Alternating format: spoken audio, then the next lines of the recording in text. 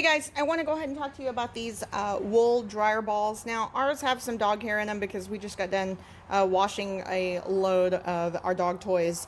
But my husband uses FR clothing, and I'm unable to use any kind of dryer sheets or liquid fabric softener or anything in our laundry when I'm washing his clothing. So we found that these dryer balls are absolutely perfect to be able to go ahead and help with the static electricity. Dry his clothing a lot faster, as well as eliminate wrinkling, and more importantly, take out some of the static in his clothing, and then also go ahead and dry his clothing almost as if he had used fabric softener. So just wanted to go ahead and point these out because these are about the size of my hand. They are completely wool.